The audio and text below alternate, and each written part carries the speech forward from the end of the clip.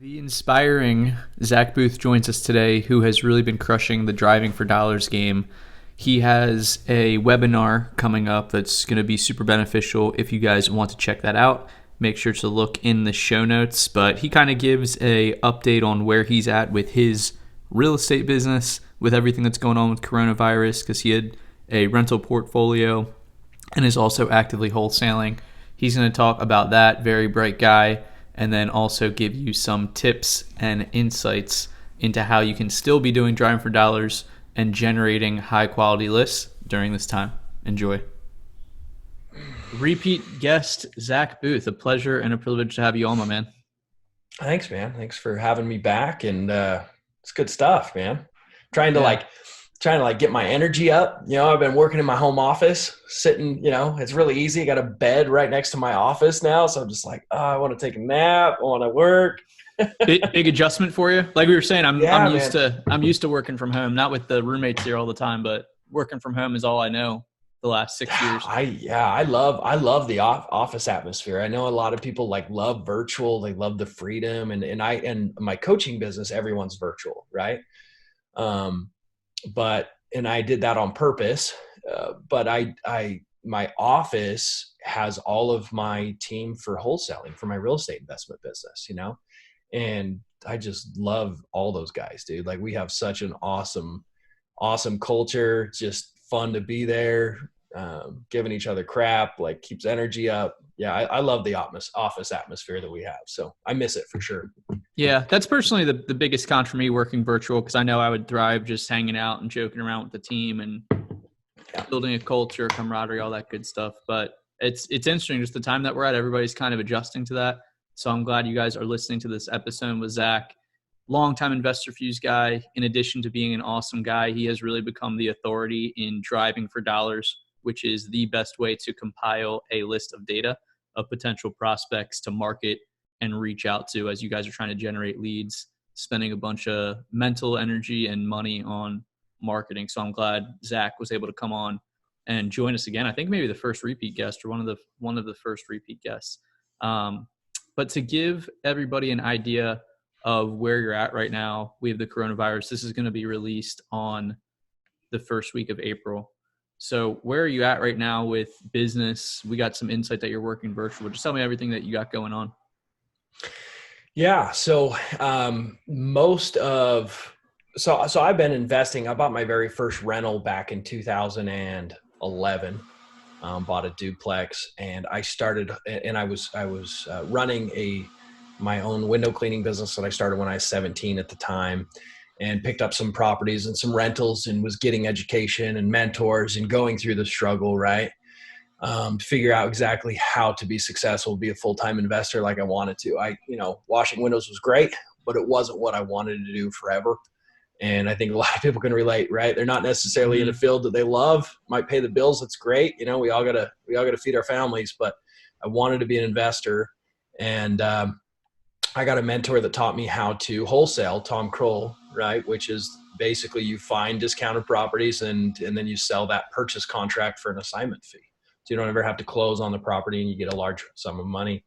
And I went full time as a wholesaler back in beginning of 2017, roughly, and sold my window cleaning business. Walked away from that industry. I'd been in there for 10 years, and I did quite a bit of wholesaling, but I was also cherry picking for that first year.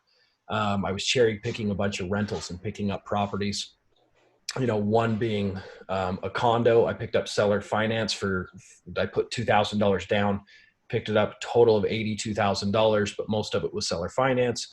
My payment was like $600 a month, which included my taxes and my insurance and the monthly payments. And I rented it out for $1,050 a month. So I had great cash flow. I saw that property a total of one time over 2 years. I had a property manager and the team, my team, and I ended up selling it for like a $75,000 profit 2 years later. Hmm. Um, So, it was awesome. But in this last 12 months, really last 2 years, pretty much all of 2018, 2019, and so far 2020, the prices have inflated so high that I haven't picked up any rentals. I actually sold off all the rentals I had except for one, but I'm trying to sell it still, between last summer, fall, and over the winter, right? So pretty much beginning of the spring of 2020 now. So I saw that the prices were so inflated that I couldn't buy them with any kind of seller finance or, even at low interest rates or even traditional financing. I couldn't pick them up and cash flow very well. And to me, if I can't cash flow on a property, the only way I'm depending on making money is buying it for selling it for more than I bought it for, or the same amount. That's kind of scary, right? Because then if you have a dip in values, which happens, right, which exists, then you get stuck. And I didn't want to get stuck. I wanted to continue to grow my wealth. And so I've just been wholesaling mainly, right? I've been selling all my deals to flippers and to very few buy and hold investors that I know of, but most of our deals are just being flipped. And I hate flipping. I probably could have flipped, but I suck at it. I suck with the details. I've flipped a couple properties and I've always been able to assign them, right? I've always had offers. It's like, I'm going to flip this one myself. And I always end up making less than what I would have made just assigning it. So I've just started just assigning everything, and that's where we're at right now. And who knows what the future holds, right? All speculation, but I still appreciate and love hearing the insight from everybody, all the smart investors out in the market space like yourself, and focus on what you can control as a general rule of thumb. I mean, that's really the only thing that you can do. And it's a good time to double down on education and yourself, everything 100%. Like that. If you're at home more, everything like that. So in saying that, Zack, as we mentioned, if you guys heard his first interview on this podcast, he really is an expert and the authority in the space for driving for dollars. So for those who don't know what that is, let's kind of hear your 80-20 philosophy on what exactly driving for dollars is and how that plays such a big role in your wholesaling operation. Okay, awesome. Yeah, so for any investor, so some of you might be thinking, well, I don't want to wholesale, I want to pick up rentals, or I want to do flips. It doesn't matter what your investment strategy is. Like, even if you're trying to pick up properties subject to, right, or you're trying to do lease options, there's lots of different strategies to make money. Depending on the market, one strategy might be better than another, right? But the thing that stays the same all throughout the country, regardless of the market you're in, regardless of how you want to make money on the property, you've got to find the deal. You got to find the opportunity. So, regardless, guys, if the market tanks, values drop, people are short selling their houses, they're giving away their properties for the mortgage amount that they have, and you're taking over loans and you're making a ton of money, you got to find those people. And it doesn't matter if it's really hard to find them or if it's easier to find them. The best lead is you negotiating directly with the seller, right? Some people have said to me, oh, well, why do you even need to worry about marketing in a down market? Because my agent will bring me deals.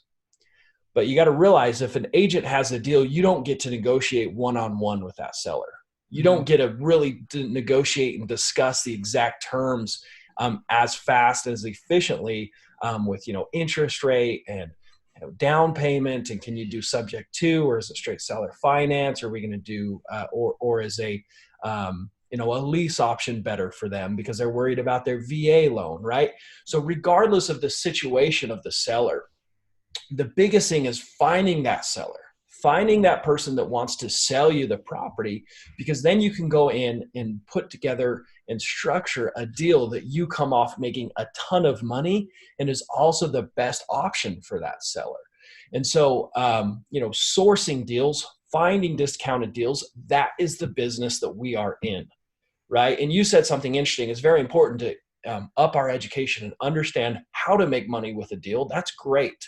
But I think that comes second, right? If you don't ever have leads, what's the point of knowing all that stuff? True.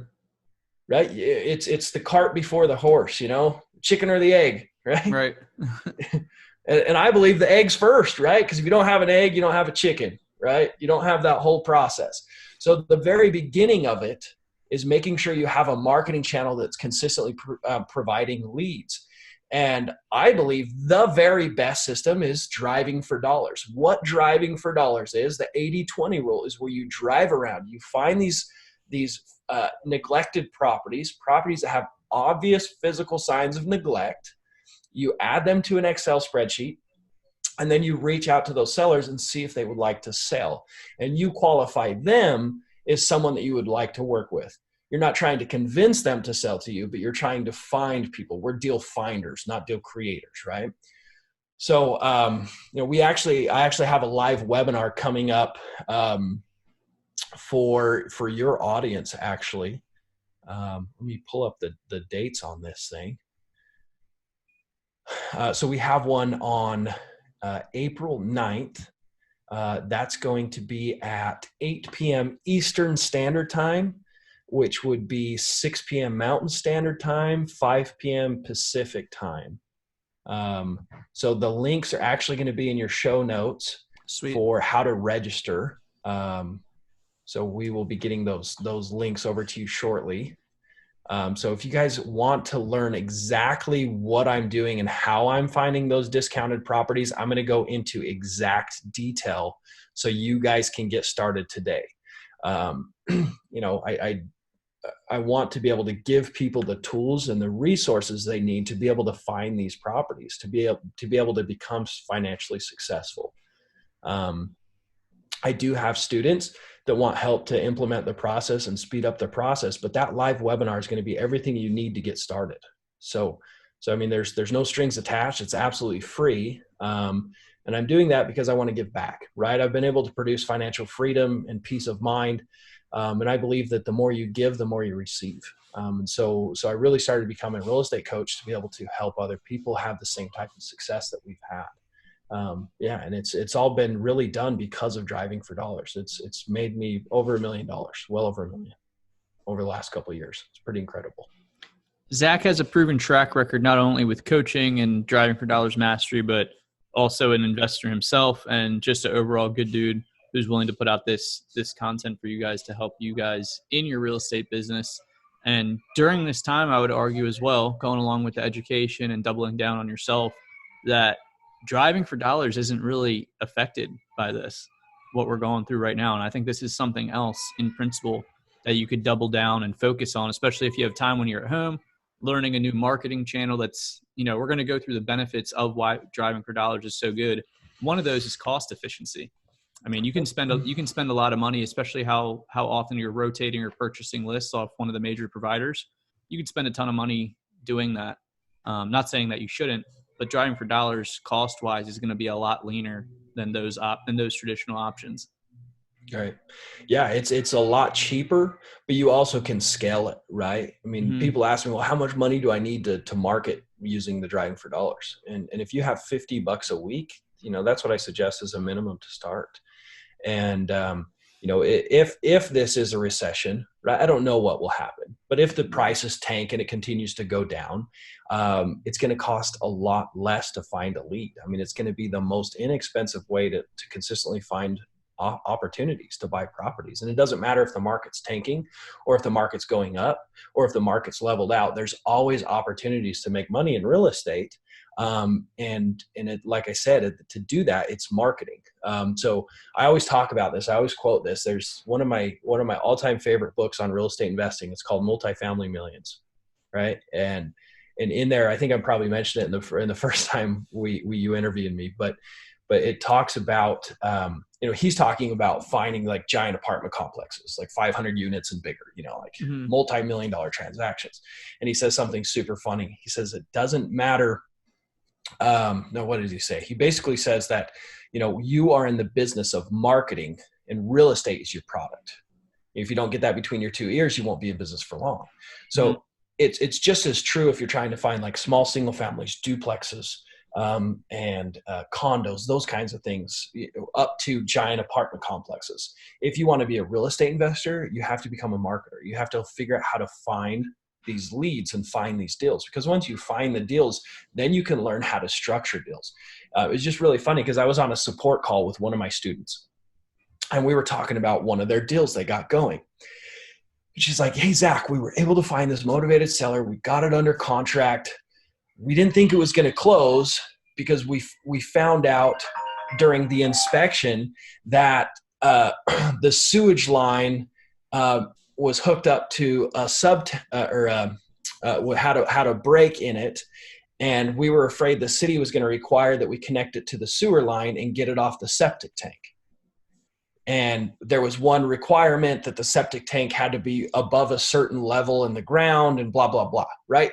So I was like, and I asked the student, I said, did you ever think you would have to learn about septic tanks and sewage lines and all that stuff? She's like, I never had any idea. I was like, but you understand it now, right? She says, yeah, I do. I was like, okay, guys, I want you to understand something. She has become an expert in this area. Now on the next deal that comes along that has sewer problems, she understands a lot of the rules and codes and what a septic tank is, what the main city sewer line is, and how that might affect the price of a house. She would have never needed to learn that unless she had the deal, unless she had the lead, right? And so a lot of times people think, oh, I have to know everything before I ever start marketing. I have to know everything before I ever start talking to sellers. That's completely the wrong and worst thing possible to think. Because we learn as we start to do deals. We learn as we confront new problems and new questions per deal. And so if you want to become an expert real estate investor in a very fast amount of time, you have to consistently provide a lot of leads. So you can go negotiate, so you can go learn the problem, so you can figure out what issues you might, come in contact with every single property. So yeah, it's pretty amazing how much you can learn by just starting with marketing. Mm-hmm.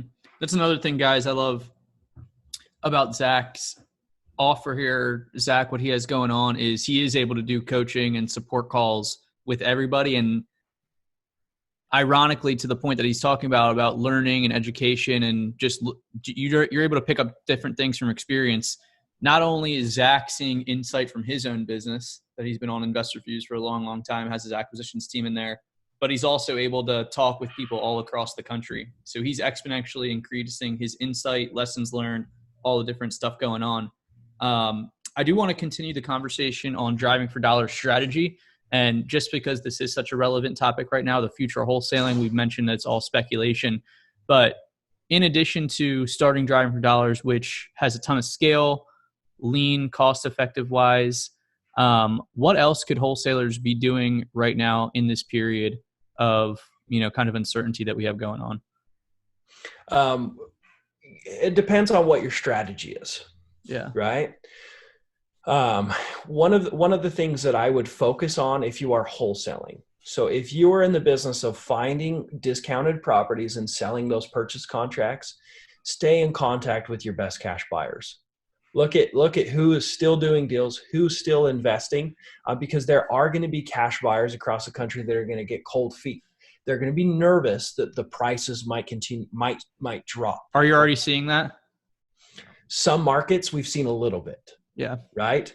But in my market that I know better than all the other ones, right, there has been a couple cash buyers that aren't buying right now, but we've had contact with dozens of them that are like, send us everything. We're buying.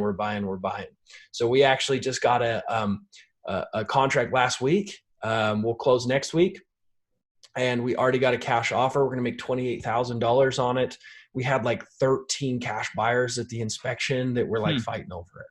So, I mean, it's still possible to sign contracts. It's still awesome way to make money, but stay in contact with your cash buyers. Stay informed with what they're looking for, right? And some of the cash buyers that maybe were buying 2-3 years ago that quit buying because they were buying for cash flow, right? I know a lot of investors that bought some of my very first contracts that haven't bought from me for a couple of years because they were buying because of the cash flow, but it inflated above a certain point that the price, the amount of the cost of the loan to the value or to the rent amount that they could get just didn't make sense for them anymore.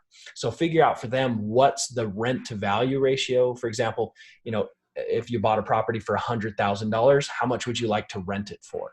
In our market, a lot of our investors want a 1 to 1.5% rent to value ratio. What that means on a $100,000 purchase price, they want at least $1,000 to $1,500 in rent, right? And your market, if you're in the Midwest, will be a lot better. It'll be like a 2 to a 3% rent to value ratio. In California, it might be like a 0.75% to 1% rent to value ratio, maybe even less, maybe even like a 0.5 rent to value ratio. So it just depends. Get to know your cash buyers. What are they looking for? What do they want, right? Because if the market drops, there's still going to be investors buying. I'm going to be buying like crazy where I haven't been buying. I've been assigning everything, right? So just understand what your cash buyers want and what are they looking for at what price points. And if they did seller finance, if you could structure seller finance deals, what are they looking for? What kind of monthly payment versus potential rent income can they get? If you understand those things, you're going to be in business for a long time, right? So before, where there's so many cash buyers, like I didn't have to have much of a relationship with my cash buyers, like highest and best offer, and I'd send out my email blast, right? That was as much contact as we'd have, but we're spending a little bit more time with our cash buyers. So that's the first thing I would do. As far as like, as a wholesaler, the other thing that I would suggest is I would try and understand some creative structures. So what may happen is prices drop, and there's going to be a lot of people that need to sell or want to sell, but they owe a little bit more than it's worth, right? And so there are options where you can take over their loan with either a subject to. You guys can write this down and look it up. Tons of YouTube videos, and I plan on making a lot of YouTube content as well on this. But doing subject to contracts or lease option contracts to be able to control the property and eventually monetize it. And you can also assign those same types of contracts. So most people think you can only assign cash offers, right? Wholesaling only includes cash offers, but it doesn't. You can write a subject to seller finance or a lease option and have the correct contracts, talk to your attorneys, but you can actually assign those for an assignment fee as well, right? So educate yourselves on those main parts, and I do teach a lot of that stuff to my students. But I would suggest that. But again, like you have to have a marketing strategy to make that happen. So in the webinar, I'm going to go into exact detail for you guys to get started. That piece will be checked off for you, right? You'll have that part of the puzzle checked off. So yeah, that's kind of my 2 cents of what I would mainly be focusing on are those two things. Keep in mind too, that if you're trying to invest yourself, if you're trying to acquire these properties yourself, which I totally plan on doing, you may want to put together as much cash as you can. So if you want to get a HELOC or cash out on an asset that you have right now, I would do it now. I would not wait, because I do know that sometimes when there is a big fast drop, banks get nervous, right? And they don't want to, like, they'll completely, even if you have a home equity line of credit or a HELOC on your house with, and you haven't pulled anything off of it, a lot of times they'll just cut those. They'll just block you from being able to pull money, even though you have it, just because the banks will get nervous. So if you want to get as much cash in hand as possible right now is very important. As a precaution, it's probably worth paying a little bit in interest to be able to do that. So be as cash rich as you can, and then also try and build some relationships with private investors that would be interested in either partnering or buying some of these seller finance deals, or partnering with you on taking over a property and building a portfolio. So I totally plan on buying again if the prices drop, because the rents won't necessarily drop with the price of the house. A lot of times rents will actually go up. You may have a little bit of instability for that first little drop, but rents will ultimately go up during a recession and prices will drop. And so with that being said, I'll be able to pick up properties for very good prices at very good terms, because I'm getting seller finance or subject twos or lease options. And I plan on acquiring as many as I can possibly get my hands on with my own money and with private money, and then holding them until prices come back up and selling them off just like I did. So that's kind of going to be my focus. But, a lot of people are nervous and worried about what's going to happen. And my heart goes out to people that are going to struggle, because if there is a recession, there's always a lot of people that are hurt. And it's usually those that don't invest in education. It's those that aren't willing to come home from a hard day's work and open up a book or get on their course and do their course. Right. And I'm the opposite. I get so much peace and fulfillment out of educating myself. And because of that, I've been so blessed. Right. It's just interesting. I was talking to my oldest brother about this, and, he's a great guy. But he told me that the idea of people being willing to educate themselves after a hard day's work and to make those sacrifices to put away a little bit of money every month to invest is impossible. It's just impossible for most people. And I disagree. I believe that there's so much wealth available to so many people, and it's just a matter of choosing if that's going to be you or not. Being willing to do those small things, educating yourself, putting away some money to invest, right? So many people they're so greedy with their money, they can't handle the thought of maybe losing it in an investment, right? But they'll blow it on, alcohol and a good time, instead of doing something for the long term and for their own growth and for their own freedom. Because once you kind of get over that hump of feeling like that money's going to waste, and you start seeing that money snowball, and you start to have that freedom, that time and financial freedom, and you get to take care of your family the way you've always wanted to, like, that's more rewarding than anything. And that's why I became a coach. Right. Like you said, I've had the opportunity to coach people all across the country and to help them with their business. And what I mean by coach is I give them step-by-step actionable steps, right? And they implement those action steps, and I help them through that process. And they start to approach me with questions I may not have ever had. And so my knowledge and my skill set has just skyrocketed from coaching.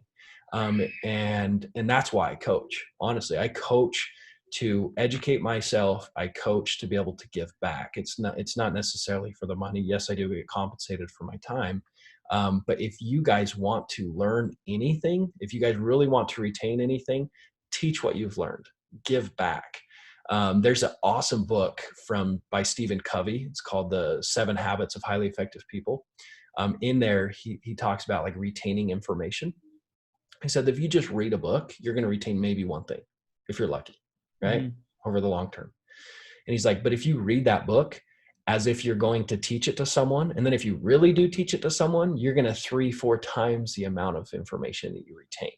It's because our brains are wired to kind of get rid of what's not necessarily necessary and keep what's necessary. So if we have to teach and help and give back, it's very necessary that we retain more information. And so, in this time of struggle, be charitable. Be charitable with your information. Be charitable with what you've learned. Find opportunities to help others around you and lift up and inspire other people, because there's going to be a lot of people that are struggling. And yes, I can donate money. Yes, you can donate money and give back. But how much more powerful is it if you give people hope that they can take care of themselves, that you give them tools and a skill set that they can take care of themselves. That will feed the economy, that will feed themselves, their families, and the people around them, and it will just cause a positive snowball effect. This idea that, oh crap, I'm in trouble, the economy's in a bad spot, Uncle Sam, help me, right? That's a dangerous mentality that can really hurt our country and hurt, the American dream. But if we have the approach of oh, we're in a hard situation, how do I learn? How do I accomplish and get out of this situation? What skill sets do I need to acquire? Because I promise there's a ton of very wealthy people that are going to make an absolute fortune if there's a recession, because they understand what to do and what not to do. So yeah, it's kind of my 2 cents on the importance of what to be focusing on right now, instead of just being so fearful, but focusing on improving yourself and giving back. 100%. Yeah. The two main parts that Zack broke into there was the latter, focusing on what you could control, going all in on yourself. That was pretty inspiring. I'm like inspired to take some action myself here, man. That was very nicely said. And then the actual strategical real estate stuff in addition to that. So I think Zack's main point with that is going to be a couple things from real estate strategy itself. One, reconnect with your buyers, guys. Have more intimate, nurtured relationships with your buyers, not for just their buying criteria, but also like the fourth point that Zack said when he went through there.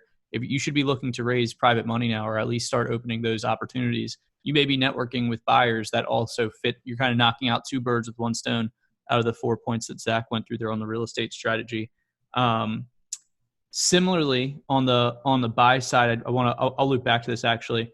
The second thing, in addition to reestablishing relationships with your buyers, see if they're potential private investors for you, are the deal structure. So I do think that there's going to be a lot of opportunities where someone may owe more on their mortgage than what the house is for. Perfect scenario for those creative structures. Ton of stuff on YouTube. I'll put Zack's YouTube channel in there as well, just to familiarize yourself with those type of deals and get that experience learning. I also want to touch base on Zack's disposition process and mindset. When he's actually looking to sell a deal, holding open house, how he goes about wording an available property, because he dropped this little nugget on our 80/20 Academy group as an expert trainer. So I kind of want to get his philosophy on that as well. And if that approach to marketing and having open houses for deals will possibly change with what's going on now. Gotcha. So you want me to talk about the disposition process? Yeah. Awesome. So once we have a purchase contract, we have our cash buyers list. That cash buyers list, we've made initial contact with them. We explain that we find off-market deals. If they would like to have access, we can send them an email, right? I have YouTube videos on how we build a cash buyers list. I was able to build a cash buyers list in a matter of a couple of weeks.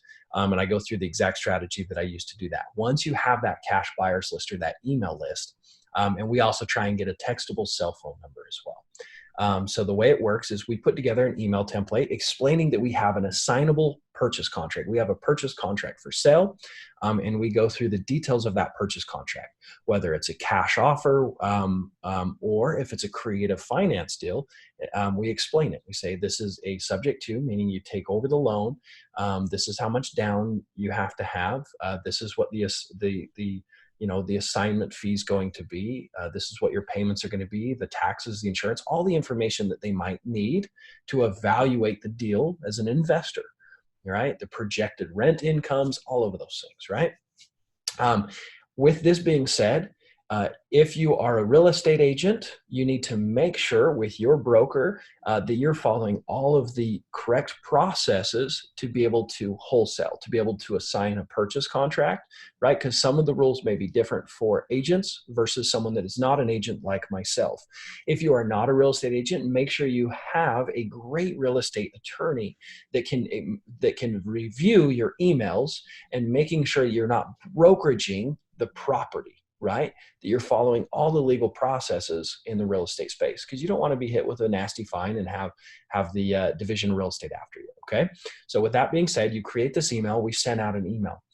We hold an inspection process where, and a lot of times we actually evaluate the properties for ourselves as well. So we may have some of our own contractors or property managers and so forth going through during that inspection period. And we try and have it all within one time frame, within like a 30-minute time frame.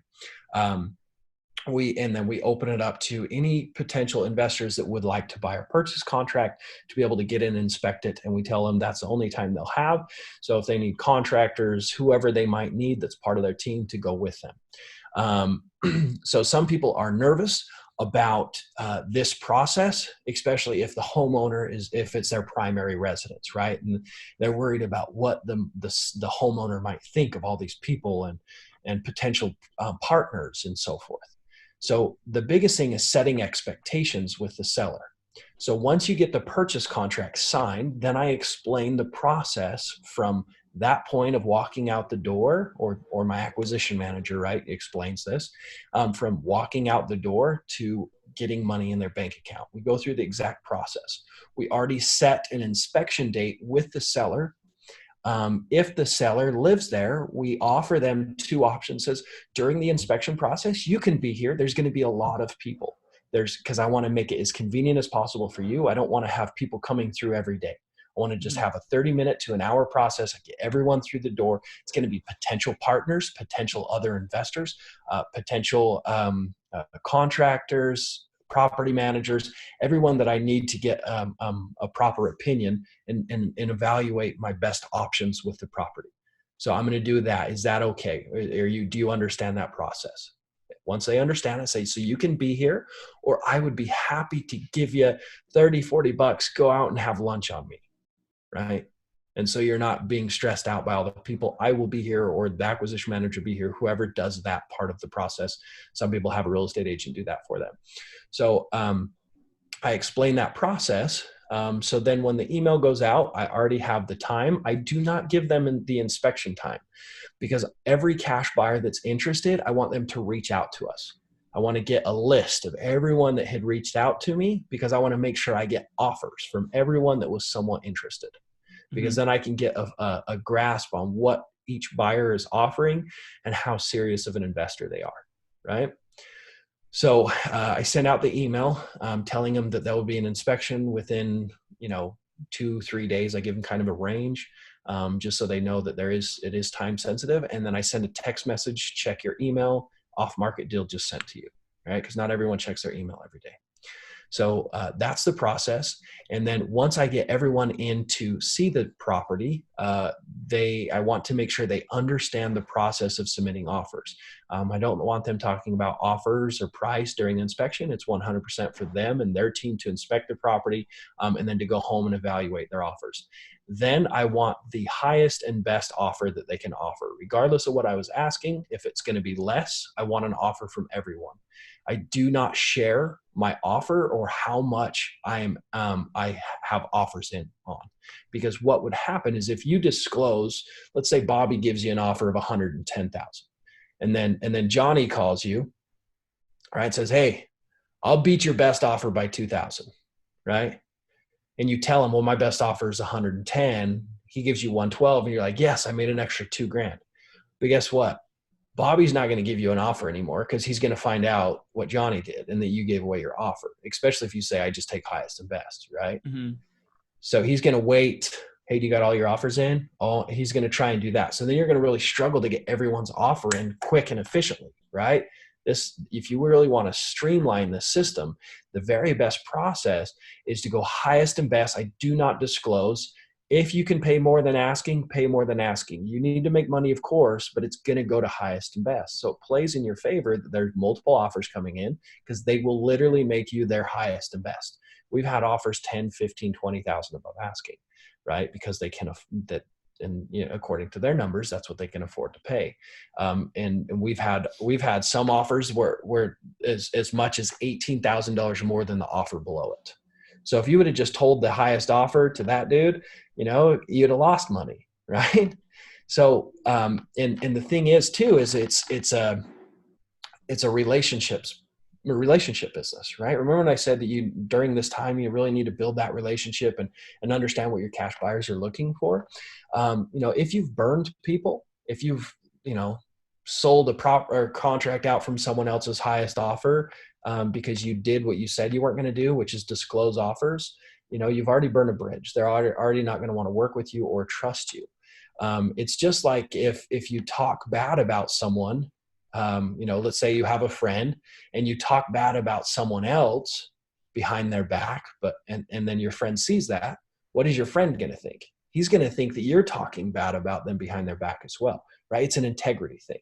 So whatever your processes are, stick to those processes, even if it might mean a little bit more money on one deal or two deals or three deals, because that's going to keep bridges open, right? That's going to keep revenue coming in, especially as times get tough. So that's our process of dispositioning these contracts to other investors.